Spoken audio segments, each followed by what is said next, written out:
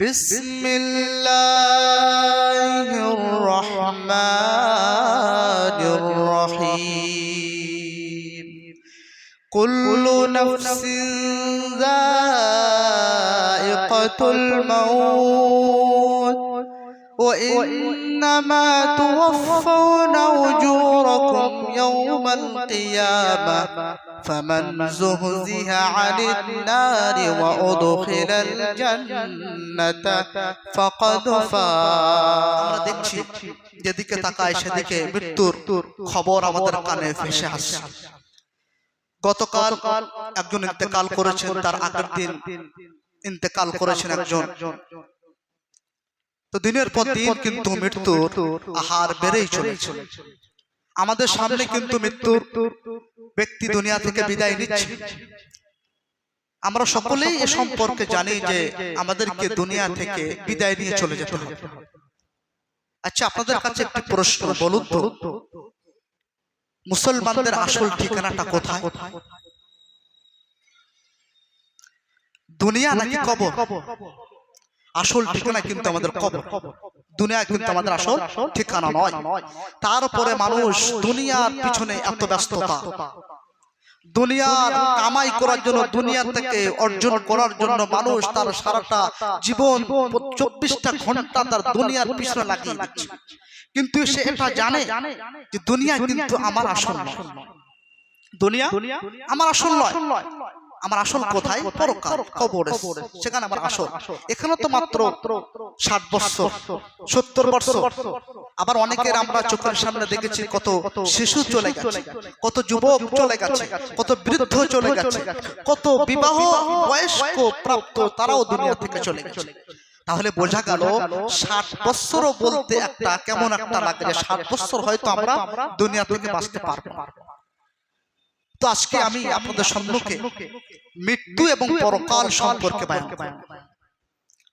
মানুষের মধ্যে প্রত্যেকটা বিষয় নিয়ে কিন্তু মতপার্থক্য আছে, মতবিরোধ আছে, ইখতিলাফ আছে।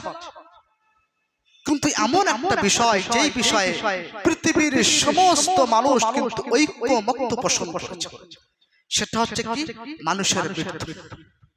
সে মুসলমান হোক, সে অমুসলমান হোক, সে হিন্দু হোক, জৈন হোক, খ্রিস্টান হোক, বৌদ্ধ হোক, অর্থাৎ পৃথিবীর বুকে যতগুলো ধর্ম আছে, যতগুলো বর্ণ আছে, সকলেই এক বাক্যে স্বীকার করে নিয়েছে যে মৃত্যু থেকে কেউ পালাতে পারবে না। মৃত্যু থেকে কেউ পালাতে পারবে না। মৃত্যু তোমাকে মুখোমুখি হতেই হবে। কারণটা বাস্তব একটা অভিজ্ঞতা। আমরা প্রতিনিয়ত দেখছি যে আমাদের সম্মুখে মানুষ একে একে বিদায় নিচ্ছে।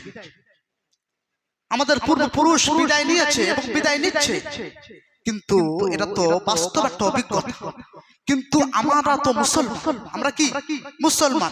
আমরা আমাদের দৃঢ়, আমাদের বিশ্বাস মজবুত হতে হবে। কারণ আমরা আল্লাহ আল্লাহ রসুলকে মানি, ঠিক কি?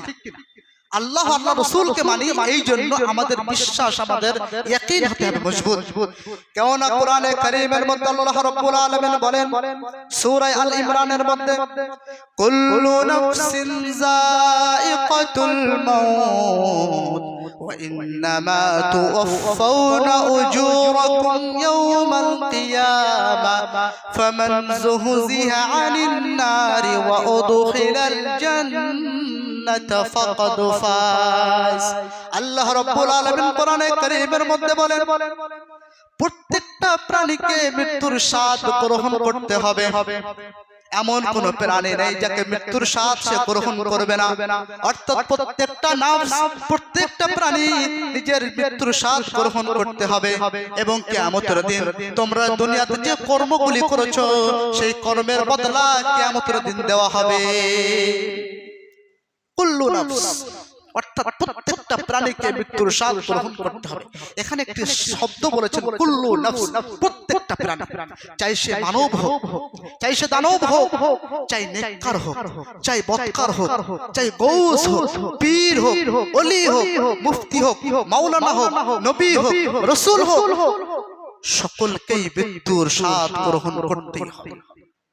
কেউ রেহাই পাবে না মৃত্যু থেকে, সকলকেই মৃত্যুবরণ করতে হবে। এমনকি ফেরেশতাদেরকেও মৃত্যুবরণ করতে হবে। ফেরেশতাদের মধ্য থেকে প্রসিদ্ধ 4 ফেরেশতা হযরত মিকাঈল আলাইহিস সালাতু ওয়াস সালাম তানাকেও মৃত্যুবরণ করতে হবে। হযরত ইসরাফিল আলাইহিস সালাতু ওয়াস সালাম তানাকেও কিন্তু মৃত্যুবরণ করতে হবে। হযরত জিবরাইল আমিন আলাইহিস সালাতু ওয়াস সালাম তানাকেও কিন্তু মৃত্যুবরণ করতে হবে। এমনকি আজরাইল আলাইহিস সালাতু ওয়াস সালাম যিনি মানুষের রূহকে কবজ করে তানাকেও কিন্তু মৃত্যুবরণ করতে হবে। এমনকি মৃত্যুকেও মৃত্যুবরণ করতে হবে। শুধুমাত্র বাকি থাকবে আমার আপনার প্রভু এক আল্লাহ। জোরে বলুন সুবহানাল্লাহ। সবাই চলে যাবে, কেউ দুনিয়াতে রবে না, শুধুমাত্র আমার আপনার প্রভু এক আল্লাহ। কুল্লু মান আলাইহা ফানি ওয়া ইয়াবকা ওয়াজহু রাব্বিকা যুল জালালি ওয়াল ইকরাম। আল্লাহ রাব্বুল আলামিন নিজের কথা কোরআনে কারীমের মধ্যে বললেন, এই ভূপৃষ্ঠে যা কিছু আছে সবই নশ্বর, সবই ধ্বংসশীল, শুধুমাত্র আল্লাহ এক প্রভু যুল জালাল মহানুভাব, তিনি সারা সবই নশ্বর। সবাই চলে যাবে, শুধুমাত্র আমার আর আপনার প্রভু এক আল্লাহ দুনিয়াতে বেঁচে থাকবে, আর কেউ দুনিয়াতে বেঁচে থাকবে না। এমন কত বাদশা এসেছে, কত মানুষ বড় বড় শক্তিশালী এসেছে, সকলকেই কিন্তু মৃত্যুবরণ করতে হচ্ছে, কেউ দুনিয়ায় থাকে। এই জন্য দুনিয়া থেকে কেউ পালাতে পারবে না, আর দুনিয়া মৃত্যু থেকে কেউ পালাতে পারবে না। মৃত্যুর সম্মুখে তোমাকে হতেই হবে। কোরআনে কারীমের মধ্যে আল্লাহ রাব্বুল আলামিন বলেন, আইনামা তাকুনু ইউদরিকুকুমুল মাউতু ওয়ালাউ কুনতুম ফি বুরুজিন মুশাইয়াদা। তোমরা কোথায় পলায়ন করছো? তোমরা কোথায় পালাচ্ছ মৃত্যু থেকে? মৃত্যুর মুখোমুখি তোমাকে হতেই হবে। তুমি যদিও সুদূর গর্তের মধ্যে লুকিয়ে থাকো, মৃত্যুর মুখোমুখি তোমাকে হতেই হবে। আল্লাহ রাব্বুল আলামিন আর আয়াতের মধ্যে বলেন, কুল ইন্নাল মাউতাল্লাযী তাফিররুনা মিনহু ফাইন্নাহু মুলাকীকুম সুম্মা তুরাদ্দুনা ইলা আলিমিল গায়বি ওয়াশ শাহাদা ফায়ুনাব্বিউকুম বিমা কুনতুম তা'মালুন। রাসূল তুমি বলো, মৃত্যু থেকে কোথায় পলায়ন করছো? মৃত্যু থেকে কোথায় পলায়ন করছো? তোমাদেরকে দৃশ্য অদৃশ্যর মালিক আল্লাহ, তার সামনে তোমাদেরকে সকলকে উপস্থিত হতে হবে। তাহলে কোরআনে কারীমে যত আয়াত তেলাওয়াত করেছি, প্রত্যেকটা আয়াতের মধ্যে এটা আল্লাহ রাব্বুল আলামিন বুঝিয়েছেন যে তোমাদেরকে কি করতে হবে, মৃত্যুবরণ করতেই হবে। মৃত্যু অনিবার্য, আসবেই। কোন মানুষ গুণের দ্বারা, কোন মানুষ টাকার জোরে, কোন মানুষ শক্তির বলে মৃত্যুকে কেউ ঠেকাতে পারবে না। যদি টাকা পয়সা দিয়ে, সম্পদ দিয়ে যদি মৃত্যুকে ঠেকানো যেত, তাহলে করুন আজকে দুনিয়াতে বেঁচে থাকতো। করুণের বিষয়ে আমরা সকলেই জানি, কোরআনে কারীমের মধ্যে বলেছে যে করুণকে আল্লাহ রাব্বুল আলামিন এত সম্পদ দিয়েছিলেন যে সম্পদের চাবি বহন করার জন্য একদল মানুষ ক্লান্ত হয়ে যায়। আমাদের খড়িবাড়ি কি এরকম সম্পদ কোন ব্যক্তির আছে যে তার সম্পদের চাবি বহন করার জন্য একটা লোক আছে? নেই। কিন্তু তারপরেও সেই সমস্ত মানুষের কত অহংকার, কত দাম্ভিকতা, কিন্তু সেই ব্যক্তি কি সেই সম্পদের দ্বারা নিজের মৃত্যুকে ঠেকাতে পেরেছে? সেই ব্যক্তি নিজের স্ত্রীর মরে গেছে, সেই স্ত্রীর মৃত্যুকে ঠেকাতে পেরেছে? তার বাপ ইন্তেকাল করেছে, তার বাপের মৃত্যুকে ঠেকাতে পেরেছে? পারেনি। করুণও পারেনি। সেই শক্তির দ্বারা যদি মৃত্যুকে ঠেকানো যেত, তাহলে নমরুদ তিনিও আজকে দুনিয়াতে বেঁচে থাকতেন। হযরত সুলাইমান আলাইহিস সালাতু ওয়াস সালাম যিনি পুরো পৃথিবীর উপর রাজত্ব করেছেন, তিনিও কিন্তু দুনিয়াতে বেঁচে। এক ফারসি শায়ের তিনি বলেন, কুজা কারুন, কুজা নমরুদ, সুদ হামানি, কুজা মুসা, কুজা ঈসা, কুজা তখত সুলাইমান। অর্থাৎ কারুন গেছে, হারুন গেছে, নমরুদ গেছে, মুসা গেছে, ঈসা গিয়েছেন, আর সুলাইমানও গিয়েছে। অর্থাৎ তারা সকলেই গিয়েছেন, মৃত্যু তাদেরকে গ্রেফতার করেছে। আমাদেরকেও মৃত্যু একদিন না একদিন গ্রেফতার করবে। কিন্তু এই মৃত্যু সকলের কাছে কিন্তু এক হিসেবে আসবে। সকলের কাছে কিন্তু একভাবে আসবে। কোরআনে কারীমের মধ্যে আল্লাহ রাব্বুল আলামিন বলেন, আম হাসিবাল্লাযীনা ইসতারাহু সাইয়্যাত আন নাজআলুহুম কাল্লাযীনা আমানু ওয়া আমিলুস সালিহাত সাওয়াআন মাহইয়াহুম ওয়া মামাতুহুম সাআ মা ইয়াহকুমুন। আল্লাহ রাব্বুল আলামিন কোরআনে কারীমের মধ্যে বলেন, দুষ্কৃতরা কি মনে করে যে তাদের জীবন এবং যারা ঈমান গ্রহণ করেছে তাদের জীবন কি এক? যারা গুনাহ করে পাপাচারে লিপ্ত থাকে তাদের জীবন অতিবাহিত করার স্টাইল আর যারা ঈমান গ্রহণ করেছে, যারা আমাকে অনুসরণ করে, আমার পাঠানো আম্বিয়াদের অনুসরণ করে, তাদের জীবন এক হতেই পারে না। ঠিক তেমনি ভাবে মৃত্যু সবার কাছে এক হিসেবে আসবে না। মৃত্যু সবার কাছে কারোর কাছে খারাপ হিসেবে আসবে, আবার কারোর কাছে ভালো হিসেবে আসবে। হযরত ইব্রাহিম আলাইহিস সালাতু ওয়াস সালাম আজরাইল আলাইহিস সালাতু ওয়াস সালামকে জিজ্ঞাসা করছেন, আজরাইল আপনি যখন বৎকারের রূহকে কবজ করেন তখন আপনি কি আকৃতি ধারণ করেন? আজরাইল আলাইহিস সালাতু ওয়াস সালাম তিনি বললেন, আমি যদি সেই আকৃতি ধারণ করে তুমি সহ্য করতে পারবে না, তুমি দেখো না তুমি সহ্য করতে পারবে না, নিজেকে ধরে রাখতে পারবে না। নবী ইব্রাহিম নিজেকে না মানাতে পারছেন না, আমি দেখবই। আজরাইল আমিন আলাইহিস সালাতু ওয়াস সালাম তাকে বললেন, নবী ইব্রাহিম তাহলে আপনার চেহারাটা একটু অন্যদিকে ঘুরিয়ে। যখন অন্যদিকে ঘোরানো হলো, আজরাইল আলাইহিস সালাতু ওয়াস সালাম তারা ওই যে বৎকারের রূহ যখন কবজ করে সেই আকৃতিতে আসলো। তারপরে নবী ইব্রাহিমকে বলল, নবী ইব্রাহিম খলিলুল্লাহ আপনার চেহারাটা এদিকে ফেরাও। নবী ইব্রাহিম বললেন, দেখলাম তারা দৈত্যর মতন চেহারা, নাক দিয়ে মুখ দিয়ে আগুনের ফুলকানি বার হচ্ছে, গায়ের লোমগুলো কাটা জাতীয়। এই আকৃতি দেখার পর নবী ইব্রাহিম বেহুশ হয়ে পড়লেন। কিছুক্ষণ পরে নবী ইব্রাহিমের হুশ ফিরল। তখন আজরাইল আলাইহিস সালাতু ওয়াস সালাম তার আসল সূরাতে চলে আসলেন, যে সূরাতে তিনি ছিলেন। নবী ইব্রাহিম বলেন যে বৎকারের যত মুসিবত আসুক না কেন, মৃত্যুর সময় এই আকৃতি তার কাছে সবথেকে বড় মুসিবত, বড় প্রেশার। মৃত্যুর সময় এই যে আকৃতি সবথেকে বড় প্রেশার। কবরের পরে যা হিসাব হবে সেটা তো পরে, কিন্তু এই যে রূহ কবজ করার সময় যে আকৃতি ধারো, এই আকৃতি তার জন্য সবথেকে মুসিবতের কারণ। আমার প্রিয় ভাইরা, যারা বৎকার হবে, দুনিয়াতে যারা গুনাহের কাজে লিপ্ত আছে, যারা পাপাচারের মধ্যে লিপ্ত আছে, যারা দুনিয়া নিয়ে ব্যস্ত, আখিরাত নিয়ে কোনো চিন্তা ভাবনা কিছু নেই, ওই সমস্ত ব্যক্তি যখন মৃত্যু সজ্জায় শহীদ হয়ে যায় তখন তাদের রূহ কেমন ভাবে কবজ হয়। হযরতে আজিব রাদিয়াল্লাহু তাআলা আনহু থেকে হাদিস বর্ণিত, তিনি বলেন, আমরা একবার আনসারী এক সাহাবী ইন্তেকালের জন্য জানাজা নামাজ পড়ার জন্য আমরা রাসূলের সঙ্গে করে গিয়েছি। কবর খনন করতে একটু দেরি হচ্ছে বলে আমরা রাসূলের সঙ্গে এক জায়গায় বসে আল্লাহ রাসূল কাঠি নিয়ে কিছু একটা করতে করতে বলল, আমাদেরকে উদ্দেশ্য করে বললেন, তোমরা জাহান্নামের আযাব থেকে পানাহ চাও, জাহান্নামের আযাব থেকে পানাহ চাও, কবরের আযাব থেকে পানাহ চাও। তখন আমরা জিজ্ঞাসা করলাম, ইয়া রাসূলুল্লাহ কেন? বলল, যারা বৎকার হয় তাদের মৃত্যু কেমন হয়? বৎকার হলে মৃত্যু কেমন হবে? আল্লাহ রাসূল বলছেন, আসমান থেকে ফেরেশতা আসবে, তাদের চেহারা থাকবে অন্য, চুলগুলো থাকবে অন্য রকম, নাক দিয়ে, গাল দিয়ে, মুখ দিয়ে আগুনের ফুলকানি বার হবে। 500 ফেরেশতা নিচে অবতরণ করবে। আসার পরে ওই ব্যক্তির চতুর্দিকে বসে থাকবে। ওই ব্যক্তি ওই লোকের চেহারা দেখে এমনি তো ভয়ে তার শেষ। আর এক হাদিসের মধ্যে এসেছে, ওই ফেরেশতা তাকে পেটাতে থাকে, মারতে মারতে রূহটাকে একবার পায়ের হাঁটুর ওখানে জমিয়ে দেয়, আবার পিটাতে আবার হাতের কোথাও এক কবজির ওখানে দাঁড় করিয়ে দেয়। তারপরে যখন এই থুতনির এখানে এসে যায় তখন কালো দুর্গন্ধ কাপড় তার সামনে দেওয়া হয়, দিয়ে বলে, এই খবিস রূহ আয়, আল্লাহর অসন্তুষ্টির দিকে বার হতে চাই না, আমি যাব না। ভয়ে চোখ মুখ দাঁড়িয়ে যায়, আয় বার হয়ে আয়, আল্লাহ অসন্তুষ্ট থেকে বার হয়ে আসলো।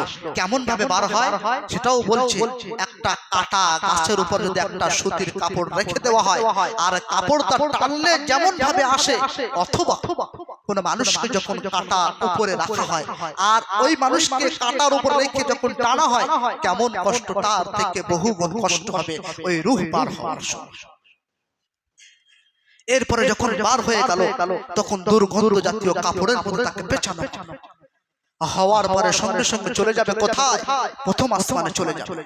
যাওয়ার পরে দরজা খোলা হবে না, দরজা তাকে বন্ধ করে দেওয়া হবে। কারণ তারা বলবে খবিস রূহ কার। তখন আমরা যেভাবে আমরা বলি দুনিয়ার বুকে যে অমুকের সন্তান অমুক, তখন বলে খবিস রূহ এর প্রবেশ হবে না। গায়বানা আওয়াজ আসে, যাও ওকে ইল্লিয়িনের মধ্যে জমিনের নিচে তার নামটা রেখে ওখান থেকে তাকে ছুড়ে দেওয়া হবে। এরপরে যখন রূহ ছুড়ে দেওয়া হবে, আমরা যখন চলে যাব মানুষকে দাফন করার জন্য কবরস্থানে, দাফন করার পর যখন মানুষ 40 কদম ফিরে আসে তখন দুইজন ফেরেশতা আসে, মুনকার নাকির চলে আসে। আসার পরে ওই বক্তার রূহকে প্রশ্ন করা হয়, মান রব্বুকা, তোমার রবকে, মা দীনুকা, তোমার দ্বীনকে, মান নবিয়ুকা, তোমার নবীকে।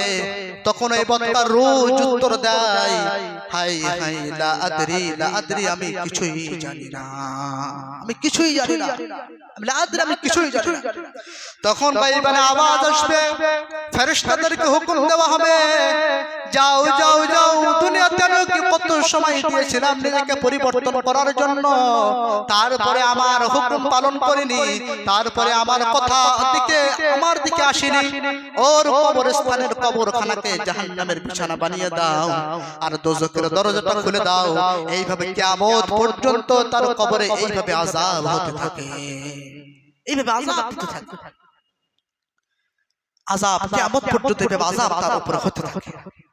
কারণ দুনিয়াতে কিছু করি।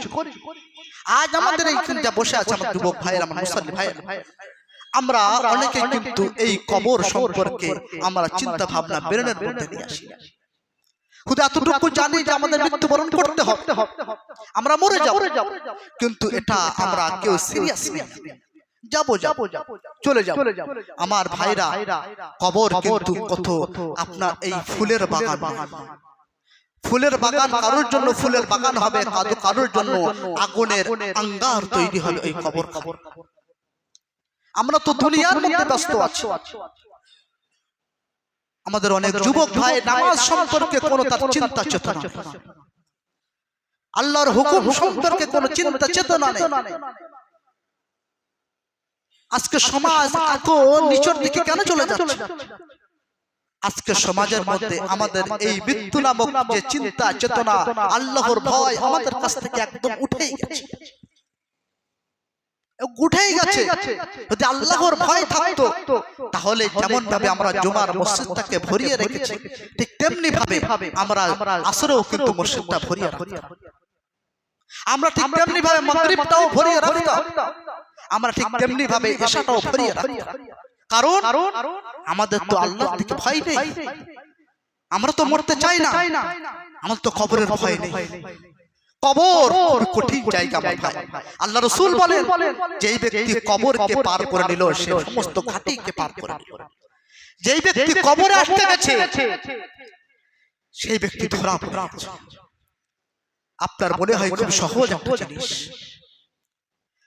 ছোট্ট একটা দেশের আগুন যখন আপনার দুনিয়াতে আপনার গায়ে লাগা হয় তখন আপনার কেমন কষ্ট হয়। ওই দেশটার ছোট্ট একটা আঙ্গার, ছোট্ট আগুন, তার থেকে কত শত শত গুণ বেশি ওই জাহান্নামের আগুনের তেজ। আপনার কি একটু দিল কাঁদে না? আপনার কি অন্তরে একটু দাগা দেয় না যে আমি আল্লাহর হুকুম নামাজকে কিভাবে ছাড়ছি, কিভাবে একের পর এক কাজা করেই যাচ্ছি? একটু কি অন্তর আপনার কেঁদে ওঠে না, কেঁপে ওঠে না? কি হবে আপনার এই দুনিয়া, কি হবে আপনার সন্তান, কি হবে আমার স্ত্রী? তারা তো কেউ আমার সন্তান। আমার প্রিয় ভাইরা একটু চিন্তা করুন, আপনারা যাই করুন, আপনি গুনাহ করছেন করুন, আপনি জুয়া খেলছেন খেলুন, আপনি ব্যভিচারী করছেন করুন, আপনি টিকিট খাতা খেলছেন খেলুন, দু হাত ধরে বলে নামাজ আদায় করুন। নামাজের পাবন্দি দেখুন, দেখবে আস্তে আস্তে সমস্ত খারাপ আপনার কাছ থেকে বিদায়। তখন আপনি দুনিয়াতে যখন জীবন যাপন করবে আপনার শান্তি, মনের শান্তি একটা আমার প্রিয় ভাইরা, এই জন্য আপনারা যাই করুন না কোনো কাজ করছেন করুন, আপনি নামাজ ঠিক করতে হবে। নামাজ সময় হবে আপনি মসজিদে চলে আসুন। নামাজ যদি আপনার জীবনে না থাকে আপনার সব কিছু বেকার, সব বেকার হয়ে যাবে। আমার প্রিয় ভাইরা, নিজেকে নেককার বানান, নিজের আমল দিকে তাকিয়ে নেককার বানান। হযরত ওমর ইবনে খাত্তাব রাদিয়াল্লাহু তাআলা আনহু তিনি বলেন যে আপনি মৃত্যুর আগে, মরার আগে আরেকবার মরে দেখুন, মরার আগে একটু মরে দেখুন। এই হিসাব তো হবে, তার আগে নিজে একটু হিসাব করুন। একটু খাতা নেওয়ার পরে দুই সাইড লিখেন খারাপ কাজ আর ভালো কাজ। আমি সারাদিন কি খারাপ কাজ করেছি, সারাদিন কি ভালো কাজ করেছি, একটু লিখুন। লিখে নিজে একটু হিসাব করুন। আপনার হিসাব আপনি নিজেই করুন, দেখবেন আপনি বদকার না নেককার আপনি নিজেই বিবেচনা করতে পারবেন। আমার প্রিয় ভাইরা, নিজেকে নেককার বানাতে হবে, নিজের আমলকে নেককার বানাতে হবে, নিজের পরিবারকে নেককার পরিবার বানাতে হবে, নিজের সমাজকে নেককার সমাজ বানাতে হবে। এটা তো শুধু ইমাম সাহেবের দ্বারাই তো সম্ভব নয়। শুধু কি একজনের দ্বারাই সম্ভব? একজনের দ্বারাই সম্ভব। আপনাদেরকে সাথে আসতে হবে। আমি সমাজের অনেক পাড়ার যুবককে দেখি ইমামদের সঙ্গে কোনো সম্পর্ক নেই। আরে ইমামদের সঙ্গে সম্পর্ক রাখবো না, কার সঙ্গে? গাঁজাখোরের সঙ্গে আপনি সম্পর্ক রাখবেন, বিড়িখোরদের সঙ্গে আপনি সম্পর্ক রাখবেন। আপনার সম্পর্ক থাকবে আলেম উলামাদের সাথে। আপনি শুধু চিন্তা ভাবনা করবেন, যতটুকু সময় পাবেন আপনি চিন্তা থাকবে ইসলাম নিয়ে, চিন্তা থাকবে আপনার চিন্তা থাকবে আল্লাহর কুদরত নিয়ে চিন্তা থাকবে। কিভাবে আমি এটা শিখবো, কিভাবে জানবো? এখানে যত মানুষ আছে দুই রাকাত নামাজ যদি পরিপূর্ণভাবে আদায় করতে পারে কেউ পারবে না। কিন্তু এই যে পারবো না, এই চিন্তাটা আমরা কোনোদিন লালন করি যে দুই রাকাত নামাজ আমরা জান্নাতের আশায় আমরা পড়ছি, যে জান্নাতে যাব নামাজ পড়ে, নামাজই হচ্ছে। আস্তাগফিরুল্লাহ, আমরা কেউ চিন্তা করি না এই বিষয়ে যে আমার দুই রাকাত নামাজ পরিপূর্ণ হচ্ছে না, আমি কিভাবে শিখবো? আপনি দামি একটা ইমাম সাহেব রেখেছেন, মুফতি সাহেব, কি জন্য রেখেছেন? যদি আপনি তার কাছ থেকে ফায়দা না নিতে পারেন, আর আমার থেকেও বা কি লাভ যদি আপনাদের আমি ফায়দা না দিতে পারি? দুনিয়া যেভাবে চলছে সেভাবে তো চালালে হবে না। এই জন্য আমার প্রিয় ভাইরা, নিজে একটু সচেতন, নিজে সচেতন হলে আপনার পরিবার, আপনার সমাজ সচেতন হবে, পরিবর্তন হবে। আর আমাদের পরিবর্তনের দিকে নিজেকে এগিয়ে নিয়ে যেতে হবে। পারবো তো ইনশাআল্লাহ? জোরে বলুন না ইনশাআল্লাহ। আল্লাহ রাব্বুল আলামিন আপনাদের ইনশাআল্লাহকে কবুল করুন। জোরে বলুন আল্লাহুম্মা আমিন।